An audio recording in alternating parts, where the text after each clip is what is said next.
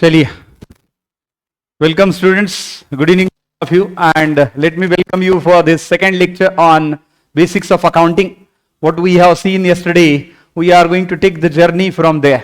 जहां से हमने कल खत्म किया था, we have seen various types of assets, and along with that, we have seen at the same time different terms and terminology in accounting as far as yesterday is concerned. Today we are going to take the journey ahead and let's see the future things here. So, what is there? What we ended yesterday with is liabilities. हमने कल liability पे खत्म किया था बेटा, और मैंने आपको पूछा था कि would you like to become an asset or a liability? And your answer was yes, always an asset. Absolutely, nobody would like to become a liability. कोई नहीं चाहेगा कि वो liability बने, है ना?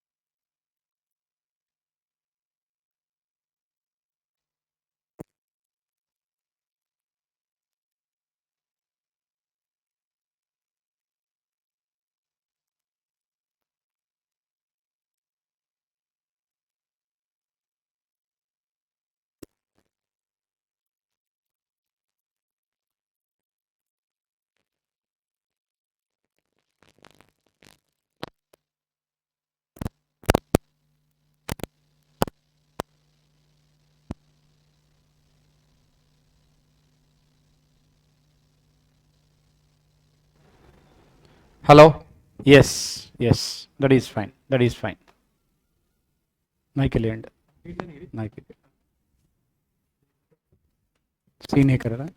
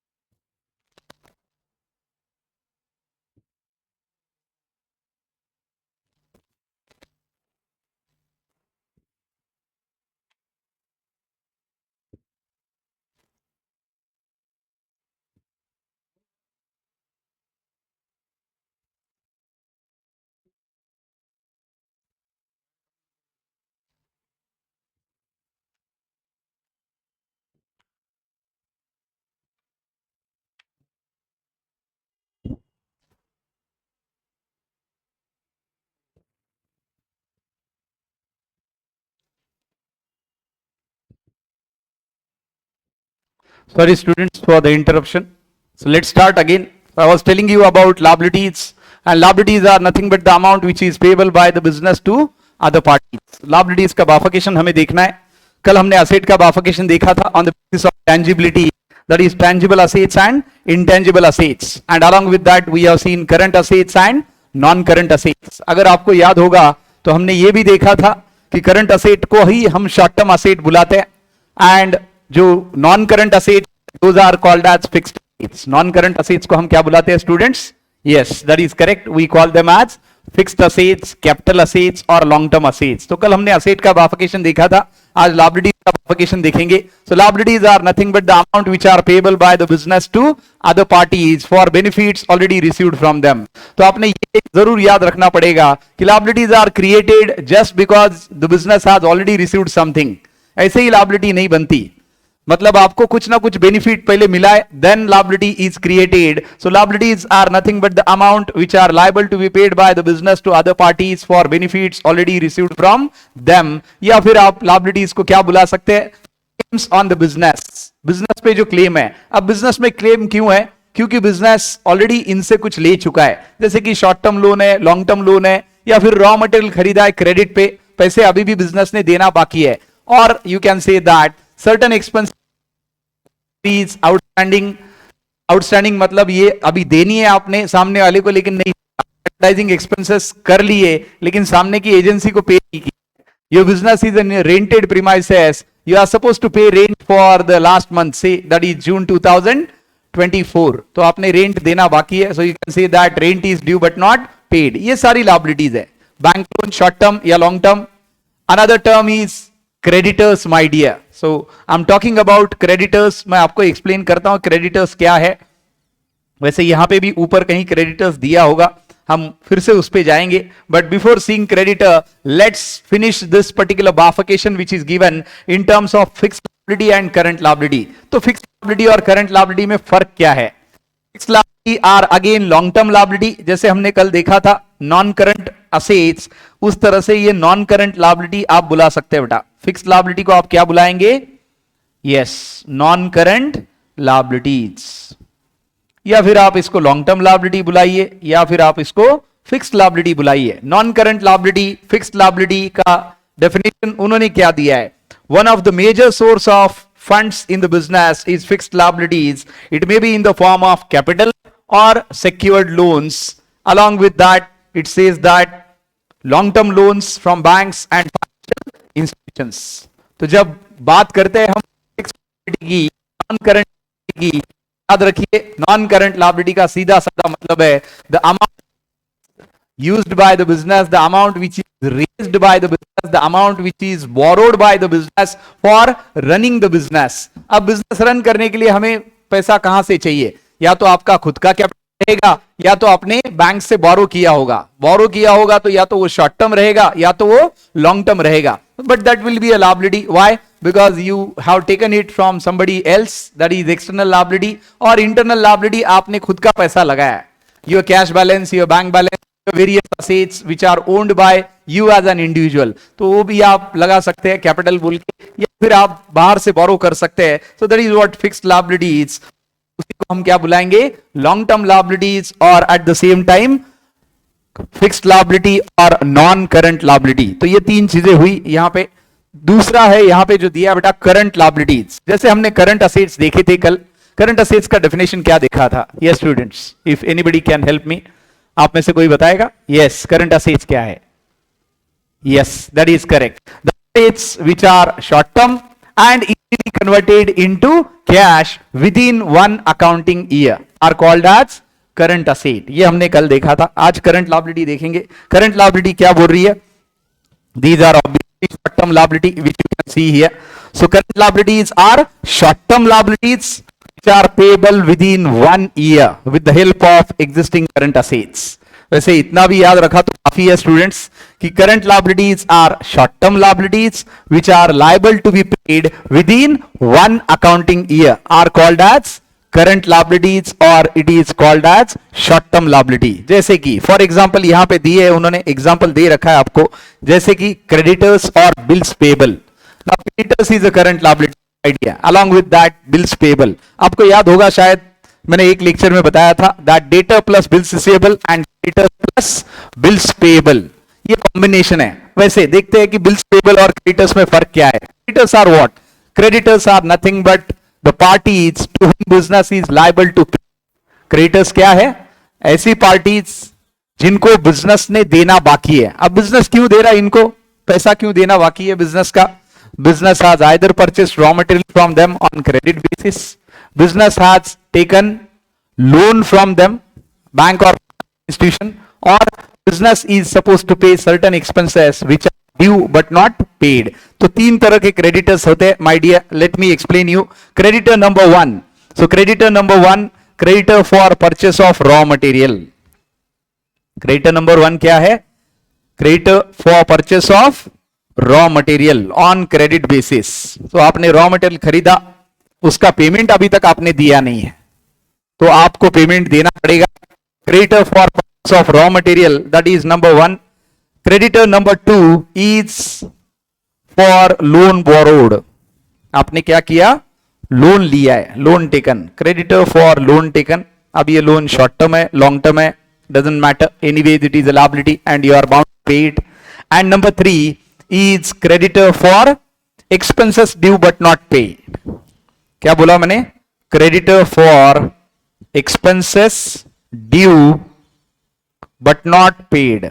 इसको सीधा साधा अकाउंट्स के लैंग्वेज में बोलते हैं अनपेड एक्सपेंसेस, या आउटस्टैंडिंग एक्सपेंसेस, या अक्रूड एक्सपेंसेस. आप बोलेंगे सर कितने टर्म्स है, याद तो रखने पड़ेंगे. यही तो ब्यूटी है अकाउंटिंग की, that accounting is having synonymous terms which you need to remember.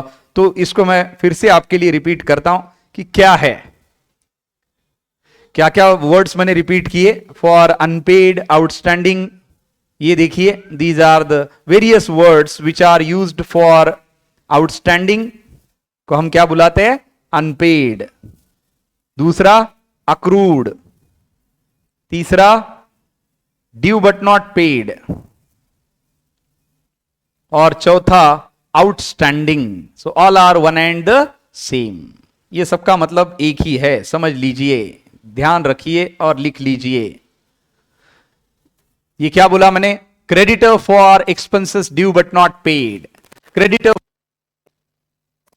For accrued expenses, creditor for expenses due but not paid, and creditor for outstanding expenses. मतलब देना बाकी है लेकिन दिया नहीं. तो तीन तरह के मैंने आपको बताया. नंबर 1, वैसे क्रेडिटर का मतलब भी बताया मैंने आपको. क्रेडिटर का मतलब सीधा साधा मतलब क्या है बेटा? Creditors are nothing but the parties to whom business is liable to pay for benefits already received from them. तो creditor का मतलब क्या है? The parties to whom business is liable to pay for benefits already received from them. अब तीन तरह के creditors मैंने आपको बोले. Number 1, creditor for raw material purchased on credit. मतलब आपने सामने वाले के सप्लायर मटेरियल खरीदा है लेकिन अभी तक पेमेंट आपने किया नहीं है. पेमेंट आप फ्यूचर में करेंगे, 1 महीने बाद, 2 महीने बाद, 3 महीने बाद, whatever has been agreed between the buyer and the seller. दूसरा क्रेडिटर फॉर लोन टेकन और creditor for funds borrowed, that is nothing but short term loan or long term loan taken from a bank or a financial institution. And third, creditor for expenses due but not paid. Expenses due but not paid मतलब expenses देने लेकिन अभी तक आपने दिए नहीं, जैसे कि रेंट है, कमीशन है, इंटरेस्ट है. So outstanding rent, outstanding commission, outstanding salaries. So creditor तीन तरह के होते हैं. जस्ट मैंने आपको बोला creditor for raw material purchased obviously on credit basis, creditor for loan borrowed, अब लोन लिया है मतलब तो वो तो क्रेडिट ही है. And third, creditor for expenses due but not paid. तो ये तीन तरह के क्रेडिटर है, याद रखिए बेटा, इसको भूलना नहीं है, मैं आपको लिखवा के भी देता हूं. करंट लायबिलिटीज फिर से आते हैं. Current liabilities are nothing but the short term liabilities which are bound to be paid within one accounting year are called as current liabilities. और एग्जांपल क्या है? क्रेडिटर और बिल्स पेबल. अब आप बोलेंगे कि सर ये बिल्स पेबल क्या होते हैं? लेट्स अज्यूम दैट मैं राजवीर को गुड्स बेच रहा हूं. Rajveer has been my trusted customer from 10 years. Rajveer मेरा 10 साल से कस्टमर है, तो मैं उसको भरोसे से बेचता हूं, हर 2 महीने बाद वो पैसे लाके देता है. Just I draw an invoice on him, is proof of purchase और प्रूफ ऑफ सेल. उसके लिए प्रूफ ऑफ परचेस है, मेरे लिए प्रूफ ऑफ सेल है. मैं लिखता हूं कि क्रेडिट सेल किया, इतने का किया. और राजवीर का मेरा बड़ा बहुत सालों से ट्रांजैक्शन चल रहा है और बड़ा भरोसेमंद कस्टमर है Rajveer. But now Arnav wants to become customer of mine. Arnav भी कस्टमर होना चाहता है, लेकिन प्रॉब्लम यह है कि मुझे अर्नव का अभी क्रेडिट रेपुटेशन पता नहीं है. बट राजवीर सेज दैट अच्छा है सर, ये भी आपका टाइम पे पैसा देगा और आपका बिजनेस ग्रो होगा. तो लेकिन मैंने क्रेडिट रेपुटेशन मार्केट में चेक किया and to be on the safer side I have drawn a bill on Arnav. Why? Because Arnav is a new customer to me and I don't want to take risk. What the bill is containing and what the bill is all about, it is called as a exchange. इसको क्या बुलाते हैं? Bills of exchange. आप बोलेंगे ये क्या है? This is second proof apart from your invoice. Invoice का मतलब क्या है? प्रूफ ऑफ परचेस और प्रूफ ऑफ सेल. आप मार्केट में कुछ भी खरीदते हैं, कहीं पे भी बिल आता है ना, अमेजॉन से मंगाते हैं बिल आता है, फ्लिपकार्ट से मंगाते हैं बिल आता है, नॉर्मली फिजिकल जाके खरीदते हैं बिल आता है, तो उसको इनवाइस बुलाते हैं बेटा. तो बिल इनवाइस मतलब कोई बड़ी बात नहीं है, जस्ट अकाउंटिंग टर्म. इनवाइस का मतलब क्या है? It is just a proof of purchase और प्रूफ ऑफ सेल. बायर के लिए प्रूफ ऑफ परचेस है, सेलर के लिए प्रूफ ऑफ सेल है. तो ऑब्वियसली मैं बीइंग सेलर अर्नव पे एक बिल ड्रॉ करूंगा अर्नव, और बिल में क्या लिखा होगा कि what I am selling, at what I am selling, what is the value of the sale and when Arnav is suppose to pay back. ये सारा मैं लिख के अर्नव को भेजूंगा, अर्नव उस पे साइन करेगा और बिल वापस देगा. अब अर्नव क्या बुलाएगा? अर्नव बुलाएगा कि मुझे सेलर को पैसे देने, so seller is my creditor absolutely. And मैं बोलूंगा अर्नव इज माय, अर्नव मेरा क्या है? डेटर है. अर्नव मेरे लिए क्या हुआ? Debtor, because I sold goods to Arnav on credit basis. So this is exactly the relationship of what exactly debtor and bills receivable. ये डेटर्स और बिल्स रिसीवेबल हुए कैसे? क्योंकि मैंने राजवीर को बेचा लेकिन उस पे कोई एक्स्ट्रा बिल ड्रॉ नहीं किया, तो ये सिंपली मेरा डेटर हुआ. और अर्नव को मैंने बेचा लेकिन मैंने एक एक्स्ट्रा बिल ड्रॉ किया, अब मेरे लिए ये क्या हुआ बेटा? Bills receivable. अब किसी एक एंगल से देख पाते हैं, या तो मैं अपने एंगल से देखूंगा बिजनेस के एंगल से, या फिर बायर के एंगल से देखूंगा. मैं तो सेलर हूं, सेलर के एंगल से देखूंगा. तो debtors plus bills receivable both are current assets and known as accounts receivable. तो ये मेरे कस्टमर है, मैं इनका सेलर हूं. अब बात आती है बायर. जब मैं सामने वाले से बाय कर रहा हूं, being my business is in the position of buyer. अब मैं बिजनेस हूं और सामने से मैं खरीद रहा हूं, और अब मेरे बहुत सारे सप्लायर है, लेकिन कुछ सप्लायर से मैं क्रेडिट पे खरीदता हूं और कुछ से मैं कैश में खरीदता हूं. तो जैसे अर्नव और राजवीर, जैसे राजवीर मेरा ट्रस्टेड कस्टमर था, अर्नव नया कस्टमर था, तो मैंने उस पर बिल ड्रॉ किया, लेकिन दोनों से पैसा आना है. राजवीर से भी पैसा आना है, अर्नव से भी पैसा आना है. सो data indicates an asset for me. Along with that even bills receivable indicates an asset for me. देखा जाए तो डेटा भी असेट है और बिल्स रिसीवेबल भी असेट है. क्यों? क्योंकि दोनों से पैसा आना ही है. अब दूसरा कॉन्टेक्स्ट लेते हैं. When my business is going to purchase raw material और other goods on credit basis from my supplier, क्योंकि मैं भी किसी से खरीद रहा हूं. तो अब लीजिए कि यहां पे शीतल है and yes Poonam, Sheetal and Poonam. मान लीजिए Sheetal has been my trusted supplier since last 15 years. तो मैं शीतल से खरीदता हूं, हर 2 महीने में खरीदता हूं और उनको पेमेंट मैं 3 महीने बाद देता हूं। Whenever I purchase any raw material from Sheetal's business, I use to pay after 3 months and that is a regular cycle from last 15 years। तो शीतल बोलेगी कि ये तो मेरे ट्रस्टेड कस्टमर है, तो इन पे और कुछ एक्स्ट्रा बिल ड्रॉ करने की जरूरत नहीं है, इनवाइस काफी है, जो प्रूफ ऑफ परचेस और प्रूफ ऑफ सेल होता है। लेकिन now I want to purchase from Poonam as well, but for Poonam I am a new customer, though I am having business, but Poonam के लिए मैं नया कस्टमर हूं। Sheetal has introduce to them, क्योंकि शीतल के पास उतना सप्लाई नहीं है जितना मेरे बिजनेस को बहुत ज्यादा लग रहा है, अभी my business is expanding. So Poonam को इन्होंने इंट्रोड्यूस किया, बट पूनम ने बोला कि I can not take risk, so I will surely sell to you on credit basis. मुझे तो क्रेडिट में ही खरीदना है, जैसे मैं शीतल से क्रेडिट में खरीदता हूं उसी तरह से पूनम से भी क्रेडिट में खरीदना है। बट प्रॉब्लम है कि पूनम बोलती है कि मैं आपको सिर्फ इनवाइस पे नहीं बेचूंगी, I draw a bill on you. अभी देखिए, मैं वहां पे बिल ड्रॉ कर रहा था अर्नव पे, क्यों? क्योंकि वो मेरा नया कस्टमर है। अब पूनम बोल रही है कि सर आप भी मेरे नए कस्टमर है, मैं आप पे बिल ड्रॉ करूंगी अपार्ट फ्रॉम इनवाइस। तो वो भी मेरे पे बिल ड्रॉ कर रही है। बिल में क्या है? डेट ऑफ सेल, उसके लिए मेरे लिए डेट ऑफ परचेस एब्सोल्युटली, उसके लिए वैल्यू ऑफ सेल, पैसे कब आएंगे, कितने का माल बेचा, और मैं ये सारा बिल लूंगा, साइन करूंगा, उसको वापस दे दूंगा। Now in my books of accounts Poonam is a bills payable. क्यों? क्योंकि पूनम को मुझे पैसे देने बाकी है एज अ बिजनेस, आज I already received benefit from Poonam as well as Sheetal. लेकिन शीतल के लिए मैं credit, for Sheetal I will be calling that Sheetal is my creditor, but to Poonam I will be calling as bills payable. क्यों? क्योंकि एक एक्स्ट्रा बिल उसने मेरे पे ड्रॉ किया है। सो this is just payable and receivable. Note तो सीधा सीधा करता है कि या तो पैसा आना है या तो पैसा देना है, कुछ कंफ्यूज होने की जरूरत नहीं है। पेएबल का मतलब सीधा सिंपल है लायबिलिटी, रिसीवेबल का मतलब सीधा सिंपल है असेट। तो यहां पे मैंने आपको असेट तो बता दिया, डेटर प्लस बिल्स रिसीवेबल, पहले के एग्जांपल में उसको अकाउंट्स रिसीवेबल बुलाते हैं। अब मैं आपको बताऊंगा क्रेडिटर्स प्लस बिल्स पेएबल। ये देखिए, so it is what? Creditors plus bills payable for a business. तो इसको हम क्या बुलाएंगे बेटा? Accounts payable. Creditor plus bills payable, it is called as accounts payable. मतलब ऑब्वियसली मुझे पैसे देने हैं, क्रेडिटर को भी देने हैं और बिल्स पेएबल को भी देने हैं, और obviously this indicates a liability for my business. तो इसको लायबिलिटी बुलाते हैं। आई hope you understood is the basic difference in creditors and bills payable. Creditors और बिल्स पेएबल में क्या फर्क है, ये जरूर आपको समझ में आया होगा। So this is what my dear, what is creditor. 3 तरह के क्रेडिटर्स मैंने आपको बताया, creditor for raw material purchased on credit, creditor for loan taken, and creditor for expenses due but not paid. और ये expenses due but not paid के मैंने आपको नाम बताए थे। यस, बताइए क्या क्या नाम बताए थे?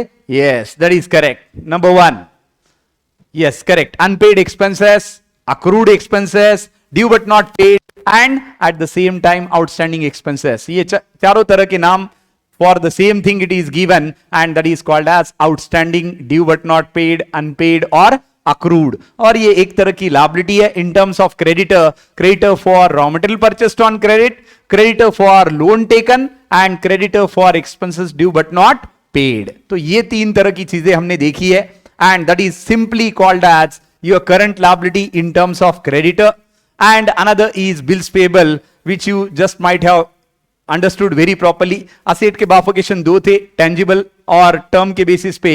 यहां पे एक ही बाइफर्केशन है, that is non current liability और लॉन्ग टर्म लायबिलिटी और फिक्स्ड लायबिलिटी। और दूसरी लायबिलिटी जो है वो आप देख सकते हैं, that is called as short term liability और करंट लायबिलिटी। बताइए बेटा, कोई डाउट अगर है तो यूट्यूब वाले जरूर यूट्यूब पे चैट बॉक्स में आप टाइप कर सकते हैं डाउट, और जो लाइव है वो तो यहां पे पूछ ही सकते हैं, कोई दिक्कत तो है नहीं। So this is what the bifurcation of liability my dear. कल हमने बाइफर्केशन ऑफ असेट देखा था और आज बाइफर्केशन ऑफ लायबिलिटी हमने देखा है। Let's see few other terms which are given here. कुछ और टर्म जो शायद हमने कल देखे नहीं होंगे तो उनको खत्म करते हैं। Obviously why business is done is for profit. Business क्यों किया जाता है? सो उसका क्लियर पर्पज है to earn profit. Why a business is done? Business is always done for earning profit. How to calculate profit? Simple है, 2 चीजों से profit निकलता है। Number 1, either you compare selling price and cost price of a product, that is one way around to calculate profit।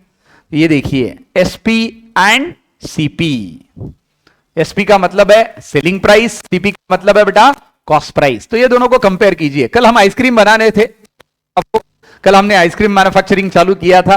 तो ice cream manufacturing में मैंने आपको बताया था, if I remember correctly, that my selling price is ₹40। Ice cream का manufacturing कितना है मेरा? सेलिंग प्राइस ₹40 है, और कॉस्ट प्राइस, आइसक्रीम बनता है 25 रुपए में, बन के बेचने तक मेरा पूरा खर्च होता है 25 रुपए सिर्फ, जबकि मैं बेच रहा हूं 40 रुपए में। So can I put a sign of greater than here? यहां पे ग्रेटर देन का साइन डालू क्या? कहां पे? यहां पे, यस। तो selling price is greater than cost price, and obviously that is going to get me profit. Vice versa will be a loss. मतलब selling price is less than cost price और cost price is greater than selling price. मैंने एक बड़ा अच्छा ice cream बनाया, बहुत काजू बादाम किशमिश ये वो सब कुछ डाला, बहुत उसको फ्लेवर्ड किया, और आइसक्रीम का कॉस्ट है 30 रुपए, और मार्केट में बेचा भी मैंने उसको रादर 25 रुपए में बेचना पड़ रहा है, क्योंकि लोग बेचने को तैयार नहीं है। मैं भले उसको 40 में 50 में बेचने को तैयार हूं, but being a new entry and being a new entrepreneur, nobody would like to purchase ice cream from me. तो मुझे 30 का 25 में बेचना पड़ रहा है, जबकि बाकी लोग 25 में बना के 40 में बेच रहे। क्यों? क्योंकि उन्होंने अभी इस्टेब्लिश किया खुद को, ब्रांड इस्टेब्लिश किया, मैं नया हूं। तो in spite of my product is good, but still I am incurring losses. Why? Because क्योंकि मैं बना रहा हूं 30 रुपए में और बेच रहा हूं 25 रुपए में। Now selling price is less than cost price, और cost price is more than selling price. अभी मुझे लॉस ही होगा। तो वही उन्होंने बताया, प्रॉफिट का मतलब क्या है? When SP is greater than CP, there will be profit. When CP will be greater than SP, there will be a loss. Along with that, you can understand it in terms of expenses and losses. ये आप expenses और losses के terms में भी इसको समझ सकते हैं बेटा, कि आपके बिजनेस में expenses ज्यादा है या फिर आपके बिजनेस में इनकम ज्यादा है। So here it is comparison of expenses and income. तो ऑब्वियसली वही कंपैरिजन होगा, सेम जैसे हमने बोला SP is greater than CP और CP is greater than SP. तो आप यहीं पे भी यही बोल सकते हैं कि if your income is more than expenses there will be profit, and if your expenses will be more than income there will be a loss. So as simple as that. तो प्रॉफिट और loss दोनों चीजें यहां पे दी है, देख सकते हैं आप आपकी स्क्रीन पे। When the SP of goods is more then the CP, it is profit in the business, and obviously one thing everybody should remember, profit increases capital।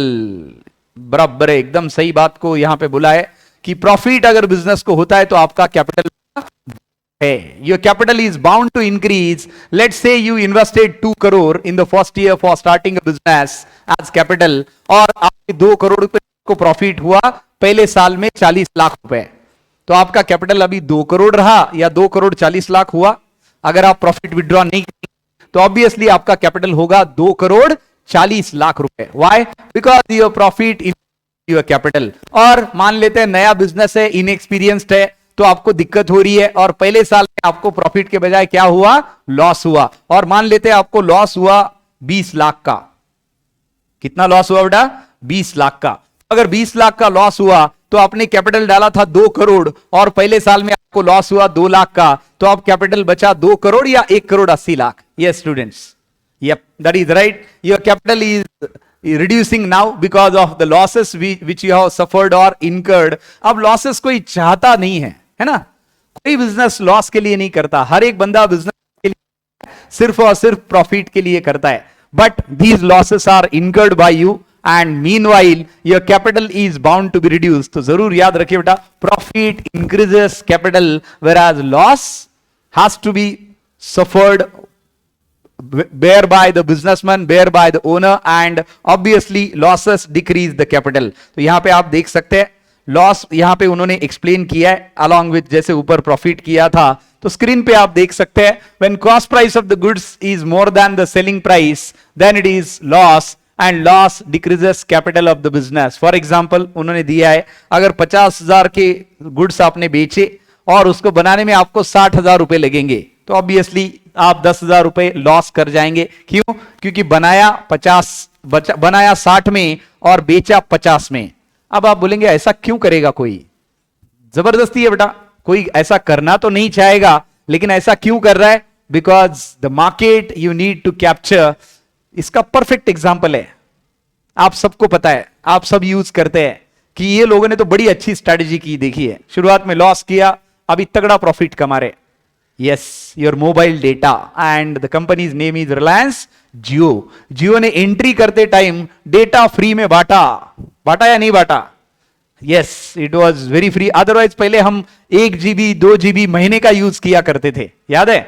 लेकिन जैसे ही रिलायंस जियो आया, उन्होंने फ्री में बांटा और लोगों ने एंजॉय किया। बाद में रिलायंस ऑब्वियसली लॉसेस इनकर कर रहा था शुरुआत में ये फ्री बीज बांटने के कारण, लेकिन आज देखिए, आज मार्केट में रिलायंस को कंपटीशन किसका है? यस स्टूडेंट्स, ओनली एयरटेल, बाकी तो लगभग गायब है। टाटा हुआ करता था, बीएसएनएल हुआ करता था, आइडिया वोडाफोन के क्या हाल है हम सबको पता है। तो अभी बचा कितना? टेलीकॉम कंपनीज 2 ही, एक जियो और दूसरा एयरटेल। तो ये प्रैक्टिकल एग्जांपल है कि शुरुआत में कभी कभार बिजनेस खुद होके, विलिंग होके भी लॉस लेता है, क्योंकि उनको पता है कि मार्केट कैप्चर करना है, वरना कौन आएगा आपके पास? नए बिजनेस के पास प्रोडक्ट पे भरोसा तो रखना चाहिए। अब आपको मैगी नूडल्स खाने हैं, लेकिन आप इतना ब्रांड ने कैप्चर करके रखा है आपको कि आप नूडल्स नहीं बोलते, आप बोलते मैगी है क्या, है ना, शॉप में जाके, क्योंकि the brand has captured your mind. Same way you never say that chocolate, you से कैडबरी, आप कैडबरी बुलाते हो, क्यों? क्योंकि ब्रांड ने इतना मार्केट कैप्चर करके रखा है, आपका माइंड कैप्चर करके रखा है। तो इसकी वजह से क्या होता है कि brand over powers the other things absolutely. अब किसी और को नया ब्रांड अगर बनाना तो इतना आसान है क्या? कैडबरी के कंपटीशन में हमें चॉकलेट लानी है, ला तो कैडबरी को कंपटीशन देना बहुत मुश्किल है, इंपॉसिबल नहीं बेटा, दुनिया में कोई चीज इंपॉसिबल नहीं होती है। जो आज नहीं है, हम मेहनत करेंगे तो कल जरूर बना सकते हैं, परसों तो एब्सोल्युटली बना सकते हैं। इस भरोसे से करेंगे तो ही चीजें होती है, वरना चीजें नहीं होती है। खुद पे भरोसा होना चाहिए, मेहनत करनी चाहिए, then only all these things are possible, otherwise it is not at all possible there. तो आपने नूडल्स बनाए, आपने आपका ब्रांड बनाया, अब आप मैगी को कंपटीशन दे रहे, आपने चॉकलेट बनाया, आप कैडबरी को कंपटीशन दे रहे, आपने आइसक्रीम बनाया, अमूल को कंपटीशन दे रहे, पॉसिबल है। और आप आपका जरूर अच्छा ब्रांड बना सकते हैं और बिजनेस आप दमखम से प्रॉफिट कमा के चला सकते हैं, बिकॉज जैसे ही लोगों को पता चलेगा कि ये प्रोडक्ट में क्वालिटी है और इसका प्राइस भी रीजनेबल है, obviously people will turn back to you, and though other brands are very much established, still you will be enjoying some market share and some profit out of the business. तो ये loss के बारे में मैं बोल रहा था आपको। और अदर और दो चीजें यहां पे दी है, एक है इनकम और दूसरा है रेवेन्यू। इनकम के बारे में इनको क्या बोलना है? This is simply other income. Other income मतलब if I started a manufacturing facility and I am just making ice cream and selling it into the market, तो मेरा रोज का काम क्या है? आइसक्रीम बनाओ और आइसक्रीम बेचो। So I'm just making ice cream and selling it on everyday basis. तो मेरा ये core operation क्या है students? Yes, yes Rajveer, yes शीतल, yes, मेरा core business क्या हुआ? Making ice creams. But at the same time मैं इतने पे बैठूंगा नहीं, मैं क्या करूंगा? और पैसा कमाऊंगा, उससे इन्वेस्टमेंट करूंगा, अच्छे कंपनी के शेयर खरीदूंगा, कहीं पे एफडी करूंगा, कहीं पे कमर्शियल प्रीमाइसेस लेके उसको भाड़े पे दे दूंगा, तो मुझे क्या आएगा? I'll receive rent, I'll receive dividend, and I'll receive interest. Yes, yes. What is dividend? Dividend is nothing but the part of profit.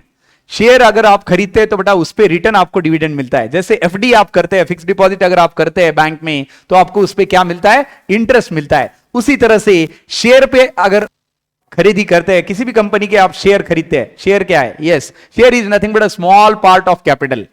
जैसे हम कैपिटल इंट्रोड्यूस करते हैं कॉमन बिजनेस में, ज्वाइंट स्टॉक कंपनी में इसको क्या बुलाते हैं? Share capital. Joint stock company का क्या मतलब है? The company where the company is started with joint capital. Joint capital means बहुत सारे लोगों ने। Can I purchase Reliance shares today?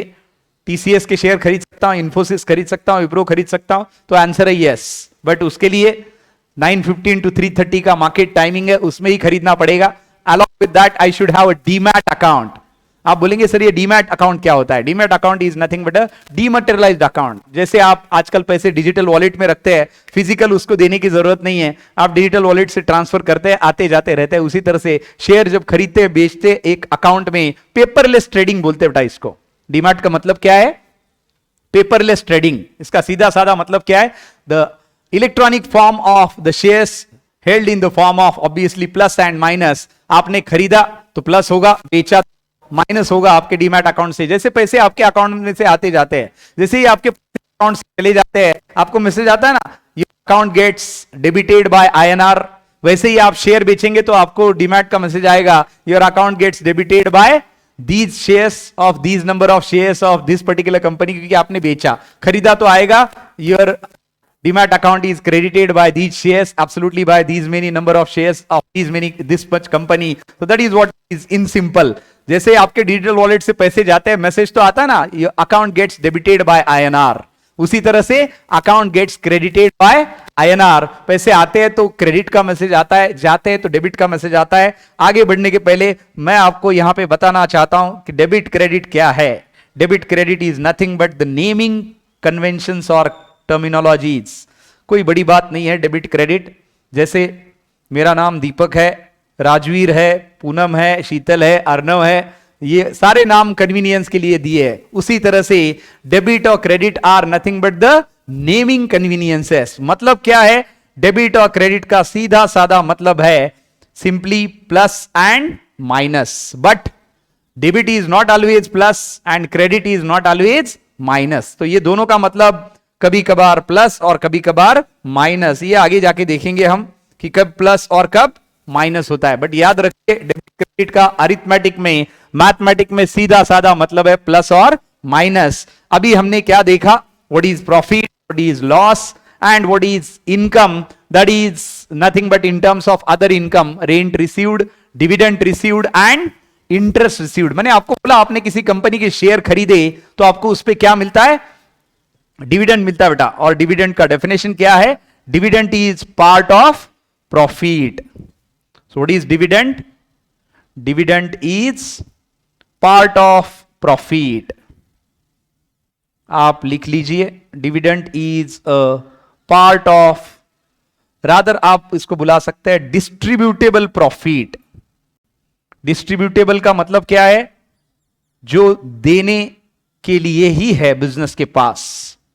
आप बोलेंगे ऐसा क्या होता है, अभी कंपनी ने डेट लिया है, लोन लिया है, उसका इंटरेस्ट पहले देना पड़ता है, गवर्नमेंट को टैक्स देना पड़ता है, सारे एक्सपेंसेस देने पड़ेंगे, जो भी रॉ मटेरियल है, वेजेस है, सैलरीज है, एडवर्टाइजिंग है, बिजनेस चला रहे हो तो ये तो सब देना पड़ेगा ना। ये देने के बाद जो कुछ बचता है आपके पास तो उसको क्या बुलाते हैं students, that is simply called as net profit. Net profit is also called as profit after tax और it is also called as earning after tax. So net profit, profit after tax और earning after tax, इससे आप dividend देंगे किसको, जिसने company के share खरीदे उसको। एफडी करेंगे तो करेक्ट, इंटरेस्ट मिलता है आपको। आप कमर्शियल प्रॉपर्टी खरीदेंगे उसको भाड़े पे देंगे तो क्या मिलेगा, रेंट रिसीव्ड। लेकिन ये this is nothing but your other income, rent received, interest received and dividend received. आपका कोर ऑपरेशन का क्या था, revenue, revenue was in terms of sale of ice cream, क्योंकि हमने आइसक्रीम पार्लर चालू किया था, आइसक्रीम मैन्युफैक्चरिंग चालू की थी। तो आइसक्रीम पार्लर या आइसक्रीम मैन्युफैक्चरिंग से सेल से जो मिलेगा that is nothing but revenue from core operations and that is in terms of sale of ice cream. Other income क्या रहेगा, rent received, interest received and dividend received, ये other income रहेगा। So these are the four terminology students, I hope you are enjoying them. Number 1 is profit, second is loss, third is yes that is correct other income and last is revenue from your core operations। तो ये चार चीजें हमने देखी। इसी के साथ आज हमने क्या देखा शुरुआत में, the types of liabilities we have seen। number 1 is non current liability or long term liability or fixed liability। उसका डेफिनेशन क्या था, the liabilities which are supposed to be paid for a longer period of time or which are taken for longer period of time, those liabilities are called as fixed liability, non-current liability या फिर long term liability। उसके example क्या थे बेटा, obviously long term loan and capital, क्योंकि loan जो लिया long term के लिए तो लॉन्ग टर्म में ही देना है आपको, 15 साल के लिए लिया, 20 साल के लिए। कैपिटल तो आपको वापस देना ही नहीं है ओनर को, क्यों, क्योंकि कैपिटल वापस देना मतलब बिजनेस बंद करना लगभग। सो दैट वे अराउंड, तो ये तो लगभग ऐसी लायबिलिटी हो गई, परमानेंट लायबिलिटी बोलते हैं इसको, कैपिटल को। व्हाई, बिकॉज आप जब तक बंद नहीं करना चाहेंगे पूरा कैपिटल विड्रॉ नहीं करेंगे। हाँ, कुछ पार्ट आप जरूर विड्रॉ कर सकते हैं बट आप पूरा कैपिटल तो विड्रॉ नहीं करेंगे। वो भी पार्ट विड्रॉ कहां पे करते हैं, जहां पे सादा बिजनेस है, सोल ट्रेडिंग कंसर्न है, business which is owned and managed by a single person. लेकिन जहां पे एक जॉइंट स्टॉक कंपनी है, जॉइंट स्टॉक कंपनी का मतलब क्या है? The company which is started so much of capital of so many people jointly. You can say that the company which is started jointly by so many people, that is called as joint stock company. बहुत लोगों का capital उसमें लगाए, पैसा लगाए. तो यहां पे तो ऐसा कुछ है नहीं कि आप आपका पैसा विड्रॉ कर सकते हैं. रादर आप आपका शेयर होल्डिंग बेच सकते हैं कॉमन मार्केट में, जैसे बीएसई और एनएसई में, जिसपे ट्रेड वैल्यूएशन आपका जो शेयर ट्रेड कर रहा है उस पे आप बेच सकते हैं. And that is nothing but the amount you can withdraw out of your business as far as shares are concerned. तो हम बात कर रहे थे फिक्स्ड लायबिलिटी और करंट लायबिलिटी की. फिक्स्ड लायबिलिटी को ही लॉन्ग टर्म या नॉन करंट लायबिलिटी बोला जाता है. And the liabilities which are incurred for long period of time, and the examples are capital and long term loan. और current liability, the liabilities which are bound to be paid within 1 accounting year. ऐसे liability जिनको 1 साल के अंदर आपको पे करना है, उनको क्या बुलाते हैं स्टूडेंट्स हम? Correct. Those are called as short-term liabilities or current liability. Example, yes, creditors and bills payable as of now. और भी example है, short-term loan भी current liability है, क्योंकि 1 साल के अंदर पे करना है. Short-term loan बोलते ही क्या है? The loan which is bound to be paid within 1 accounting year. इसीलिए तो इसको short-term loan बोला है हमने. So that is what the difference between short-term liability and long-term liability. So I hope you are getting this. Anybody who's watching on the YouTube, any doubt please? कुछ doubt है तो आप जरूर यहाँ पे चैट बॉक्स में लिख सकते हैं बेटा. एंड आप जरूर हमें यहाँ पे फीडबैक भी लिख सकते हैं, इफ यू आर गेटिंग और not, if it is really interesting or not, if you are enjoying or not. And you can obviously spread the word about Percept Academy as well, because we are catering to you effectively in every manner, so that your basic fundamentals, your fundas should be clear and your life should be very good in the future. क्योंकि आपका basic strong है. एक इमारत की अगर नींव strong होती है तो इमारत भी काफी अच्छे से खड़ी होती है. तो आपका बेसिक स्ट्रांग होना, यही हमारा एम है. And with that aim Percept Academy has started this initiative of 11th and 12th commerce. क्योंकि सीए में आने के बाद हमने बहुत बार देखा है कि बच्चों का बेसिक ही क्लियर नहीं होता, and that is why we have initiated this particular thing. और इसके अंडर हमने अभी तो यूट्यूब पे लाइव लेक्चर रखे हैं, देखते हैं हम कब तक ऐसे आप कर पाते हैं. That is not an issue as long as we are getting love and affection from all of you. Any doubt, you can just put in the chat box there. I'll surely reply to that. Even I'm monitoring all the things here. चलिए आगे देखते हैं. So I hope you are getting these 4 things: loss, profit, income and revenue. Obviously business किया ही जाता है profit के लिए. To earn profit, business is always done, and that is the basic motive of doing any business. आगे चलते हैं. और कुछ terms बाकी है क्या पिछले पेज पे? Yes, ये terms हमने देखे नहीं थे. You can see here the another terms here are solvent and insolvent. अभी आपको बच्चों ये पता है कि assets क्या होते हैं और liabilities क्या होते हैं. तो अब आप बताइए, is it good to have more assets as compared to liability, or is it good to have more liability as compared to your assets? What is your answer?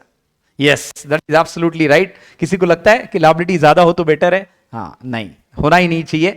So always you are expecting that assets valuation should be greater than liabilities. asset का valuation कैसा होना चाहिए? ज्यादा होना चाहिए. किससे? liability से. तभी बिजनेस को क्या माना जाएगा? जो यहां पे दिया है टर्म आप देख सकते हैं. business is to be said as solvent if the business assets are more than liabilities or equal to liabilities, then the person is called as solvent. इन्होंने person के context में define किया है. हम बिजनेस के कॉन्टेक्स्ट में define करेंगे बेटा, that as long as your assets are more than your liabilities, then you are called as solvent. Solvent का सीधा साधा मतलब है that you are in a position to pay all your liabilities by selling your assets. क्योंकि कभी भी आप आपके असेट बेच के लायबिलिटी पे जरूर कर सकते हैं. क्यों? क्योंकि आपके असेट ज्यादा है और लायबिलिटी कम है. बड़ा सिंपल है. और इंसॉल्वेंट का मतलब क्या है? Insolvent is nothing but when your liabilities are more than your assets. Exactly opposite जो ऊपर लिखा है. ऊपर मैंने लिखा assets are greater than liability. अभी liabilities are more than assets. So this is called as insolvent. इसी को bankrupt बुलाते हैं अपने common language में, जो हम सबको पता है. अपन बोलते हैं ना bankruptcy declare कर दिए या bankrupt हो गए, मतलब दिवाला निकल गया, है ना. बहुत बार बोलते हैं हम दिवाला निकल गया, दिवालखोरी in Marathi. So it is bankruptcy. is another word for calling as insolvent. Insolvent को और क्या बुलाते हैं? Bankrupt बुलाते हैं बेटा. Insolvent का सीधा साधा मतलब क्या है? When your valuation of liability is more than your assets. इसका मतलब है कि आप asset बेच के भी liability पे नहीं कर पाएंगे. क्यों? क्योंकि liability का valuation ज्यादा है और asset का valuation कम है, तो आप तो insolvent हुए, bankrupt हुए. अब bankrupt can be fully bankrupt और पार्टली बैंकरप्ट. मान लीजिए आपके पास 20 करोड़ के एसेट है और आपको देना 100 करोड़ है. कितने एसेट है बेटा? यस, 20 करोड़ के एसेट है और लायबिलिटी कितने हैं? 100 करोड़ के. मतलब आपको जितनी लायबिलिटी है उसमें से आप कितना पे कर सकते हैं अगर बाच भी दिया तो? Yes, only 20%. मतलब % बैंकरप्ट है ना?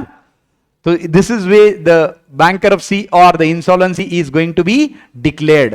तो full bankruptcy, part bankruptcy, 20% bankruptcy, 80% is going to be decided on this, that your total of assets and total of liability. So I hope you are understanding these terms, that is solvent and insolvent. सबके basis में क्या है?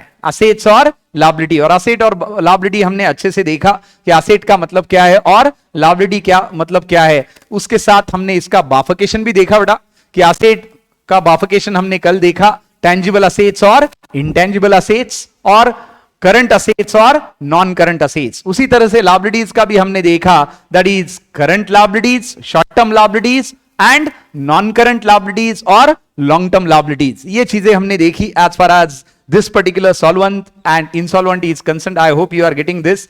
Solvent का मतलब है when assets value is more than liabilities. Insolvent का मतलब है when liabilities valuation is more than assets, and that is even called as bankruptcy. उसी को हम bankruptcy भी बुलाते हैं. And let's see another term which is given here is an accounting year. A very popular term to all of us. Year का मतलब हमारे लिए क्या होता है बेटा? An year is nothing but a period of 12 months for us. Yes or no students? हाँ जी बेटा, करेक्ट है. एक साल कभी भी 12 महीने का होता है. दो तरह के साल है हमारे पास, एक है कैलेंडर ईयर और दूसरा है फाइनेंशियल ईयर. क्या क्या है? Number one is CY, that is calendar year, and second is FY, financial year. Calendar year starts on every year 1st of January and ends on consecutive 31st of same year 31st of December. Calendar year starts in the same year, ends in the same year. और उतने भी हम new year मनाते हैं, बहुत सारे resolution बनाते हैं, भूल भी जाते हैं, है ना? 2-4 दिन में तो भूल जाते हैं अपन. That is how it is better not to make so many resolutions, rather make certain resolutions but follow them, implement them, which is very good for all of us, isn't it? दूसरा है financial year. Financial year का मतलब क्या है? Starting on 1st of April every year, ending on consecutive 31st of March in the next year. Financial year चालू होता है बेटा जी हर साल के 1 अप्रैल को और खत्म होता है आने वाले 31 मार्च को. So this starts on 1st of अप्रैल. तो अभी रनिंग साल बताइए बेटा अपना कौन सा चालू है? Running financial year. Yes, it is 1st April 2024 to 31st March 25. 1 अप्रैल 2024 से लेके 31 मार्च 2025 ये हमारा रनिंग फाइनेंशियल ईयर है. ये हमारा क्या है बेटा? Running financial year. 1st April 2024 जो शुरू हो चुका है, कब खत्म होगा? आने वाले मार्च में 31 मार्च को. इसको हम क्या बुलाएंगे? We will call it as a financial year.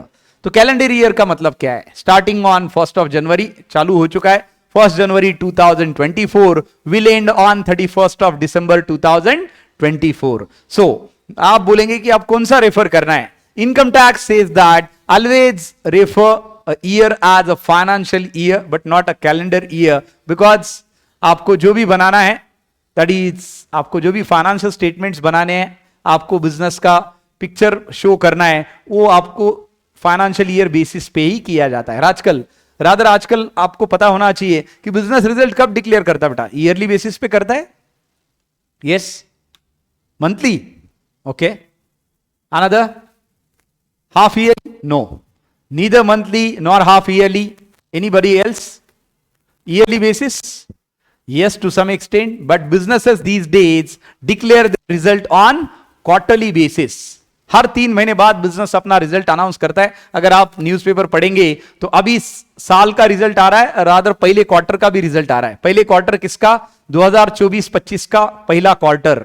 A quarter is nothing but my dear students a period of 3 months. तो पहला क्वार्टर कब होता है? अब हम मैक्सिमम तो सीए वाले हैं यहां पे, तो पहला क्वार्टर हमारा क्या होता है? First quarter is April to June. अप्रैल से लेके जून तक आपका फर्स्ट क्वार्टर है। जुलाई से लेके 3 महीने पकड़ लीजिए बेटा, जुलाई अगस्त सितंबर, फिर अक्टूबर से दिसंबर, और आखिरी में जनवरी से मार्च। तो ये 4 क्वार्टर हुए हर साल के। तो अभी हम साल के कौन से क्वार्टर में हैं?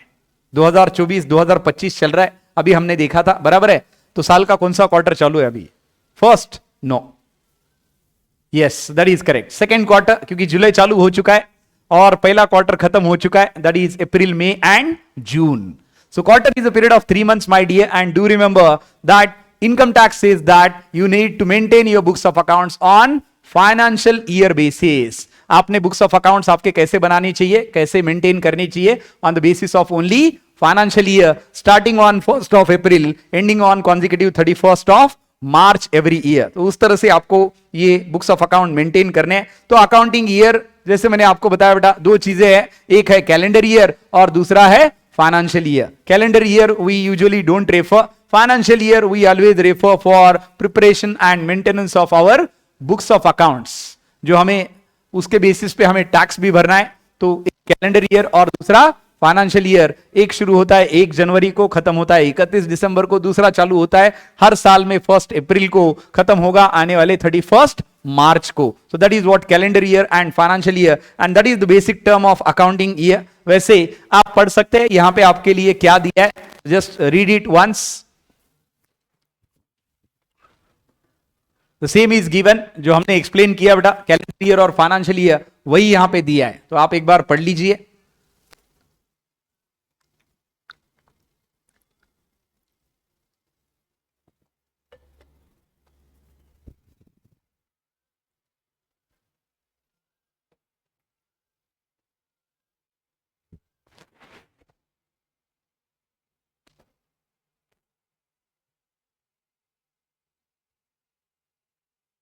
Yes, is it something different or the same thing given here?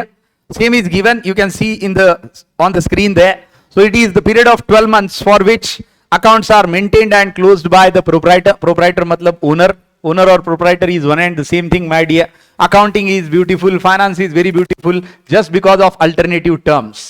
इसको difficult मत बोलिए बेटा, ये terms सीखेंगे तो obviously ये आसान हो जाएगा, और तब आप ऑब्वियसली फिर कॉमर्स के स्टूडेंट हो जाएंगे, because you know the alternative terminology. वरना तो कॉमन इंसान और हम में क्या फर्क है? सब लोग अकाउंट्स तो करते ही है, सबको तो पता ही है प्रॉफिट हो रहा है, लॉस हो रहा है, दिन में कितना खर्च किया, कितना बचा है। हमारा उनसे कैसा सुपीरियर हुआ? Because we know alternative terminologies and we know much better than them. So that is what the thing. Earlier the proprietors और owners were following any accounting year. पहले कौन सा भी ईयर आप फॉलो करते थे? कैलेंडर ईयर और financial year और any other year as per tradition. वैसे तो कोई और ईयर तो है ही नहीं, but now for income tax purposes in accounting, year starts on 1st April and ends on 31st of March.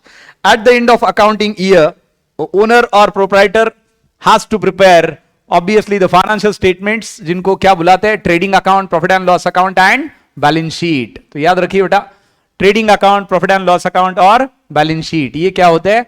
This is called as final account, जिसके लिए हमें ये पूरा 11th का अकाउंटिंग सीखना है।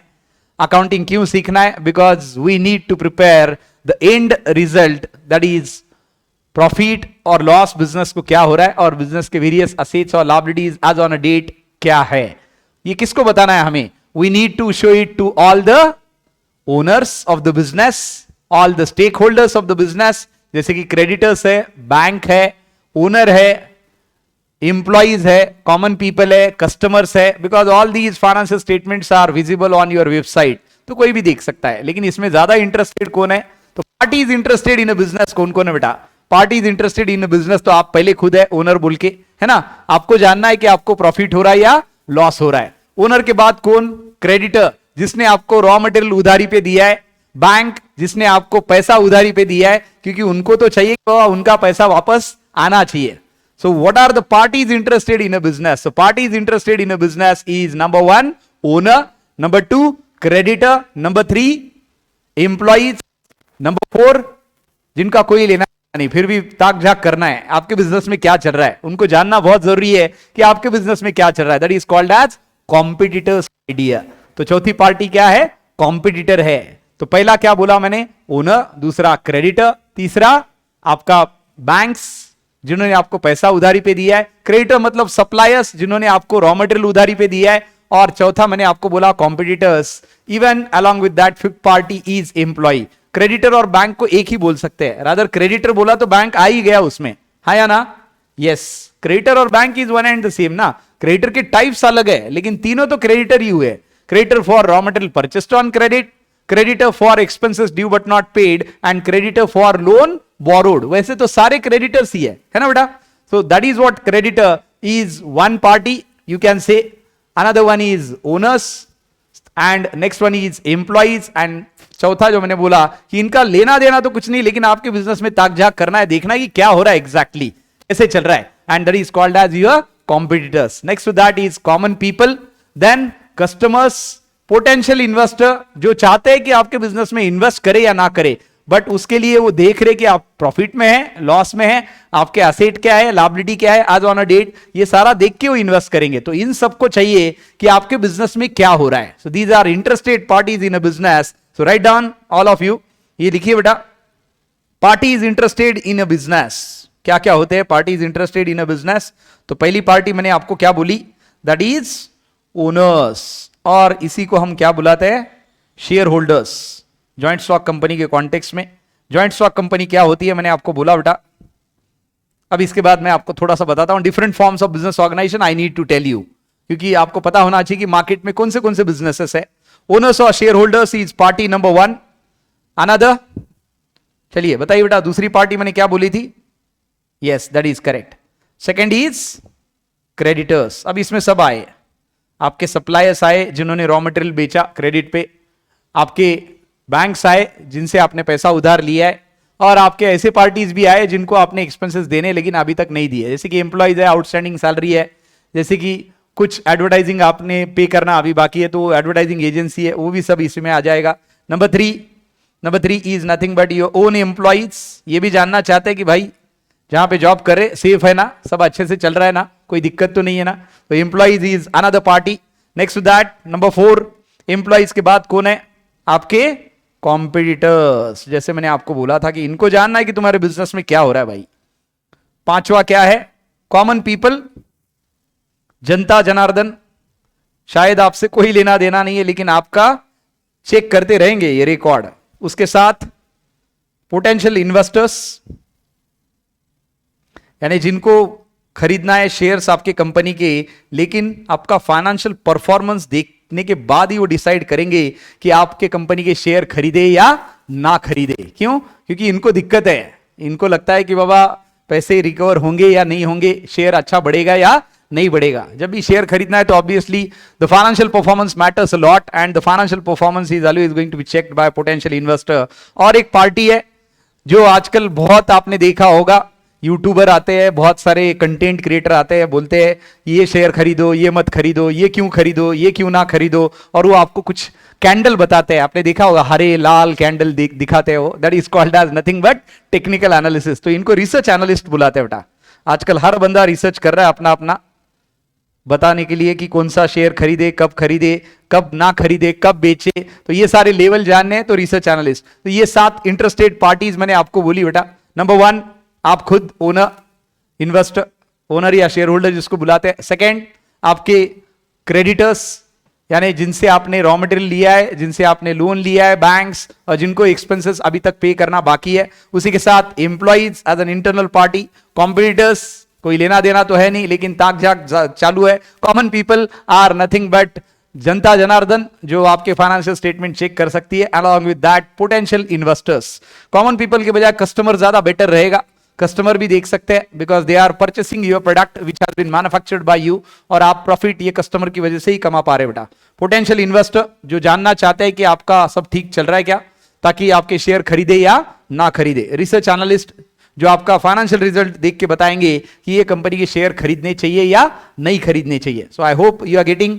इसको हेडिंग क्या देना बेटा? Yes Poonam, party is interested in a business.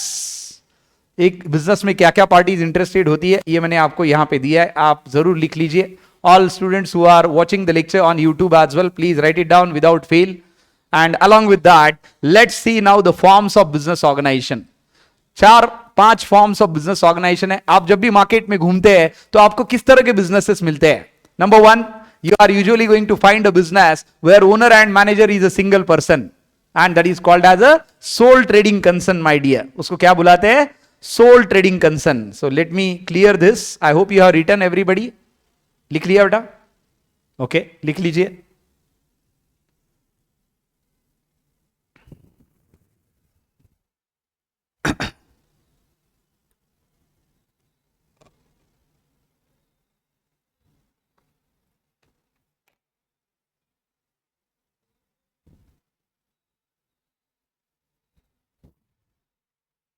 Done?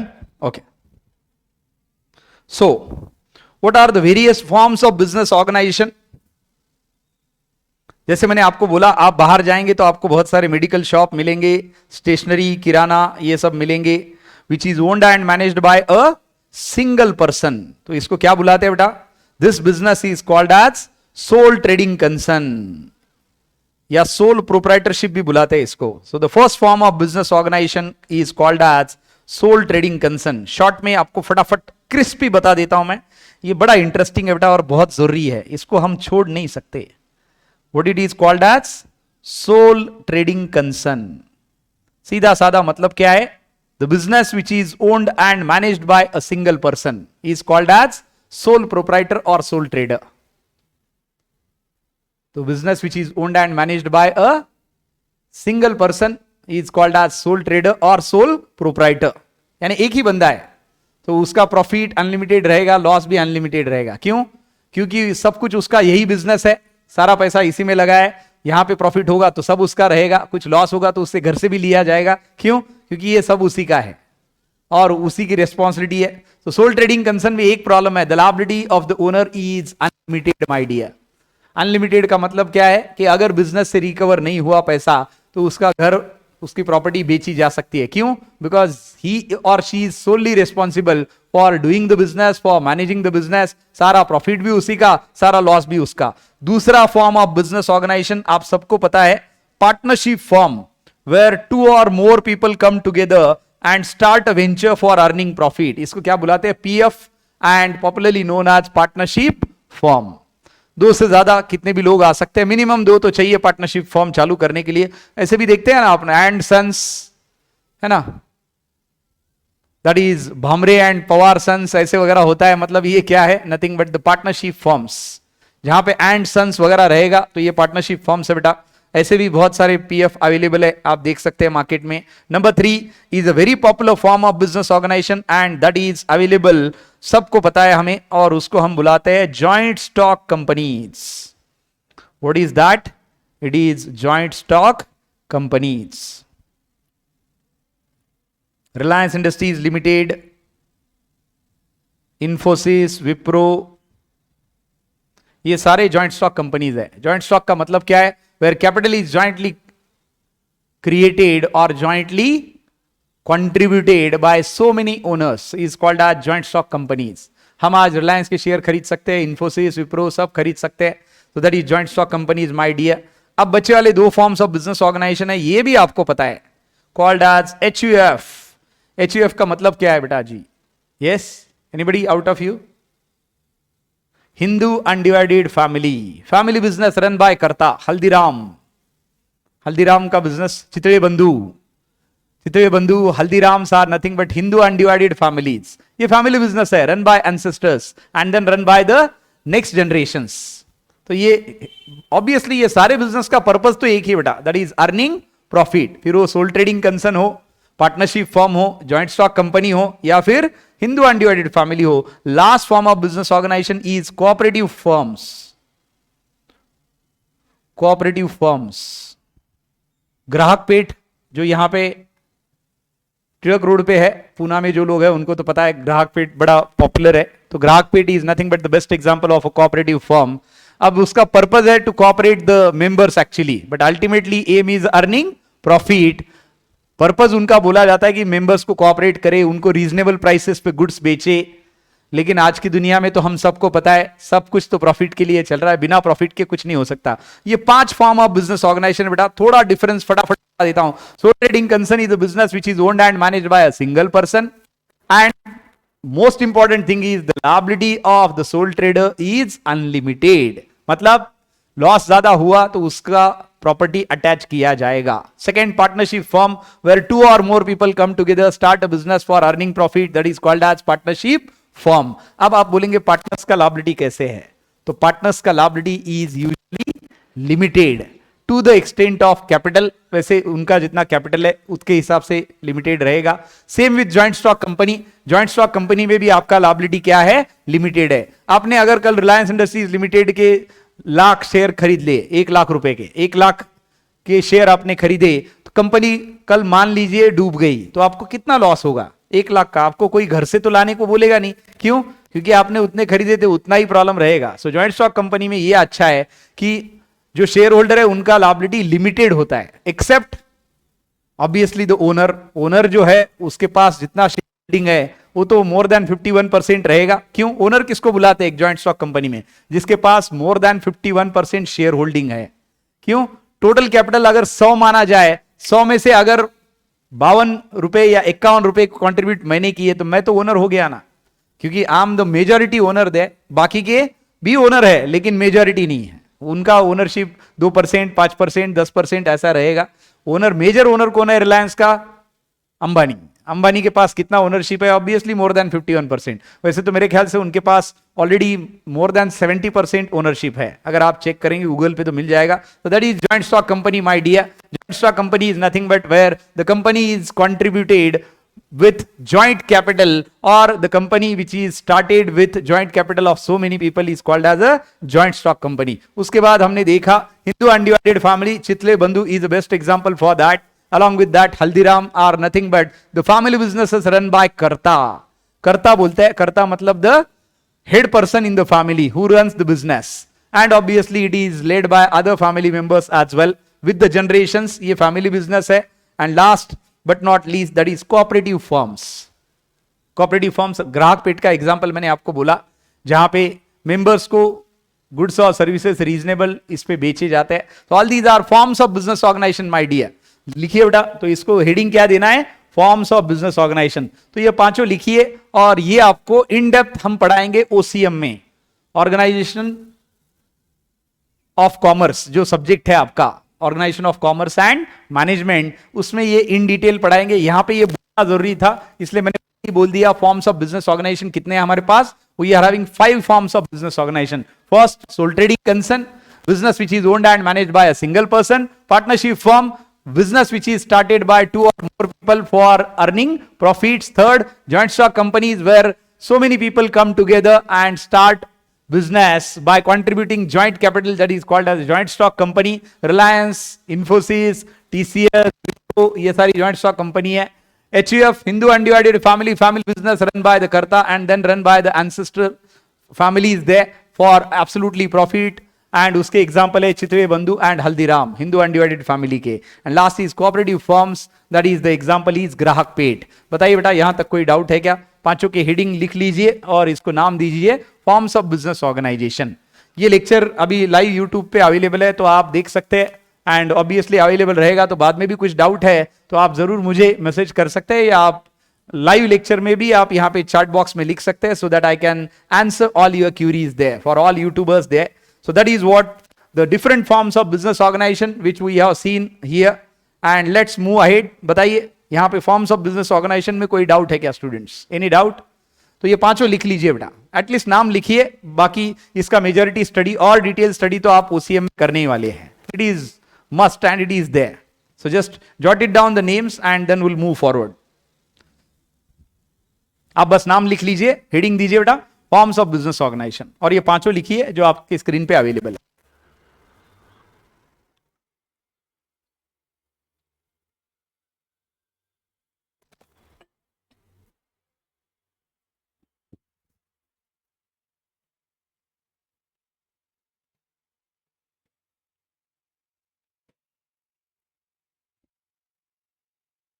Finish fast.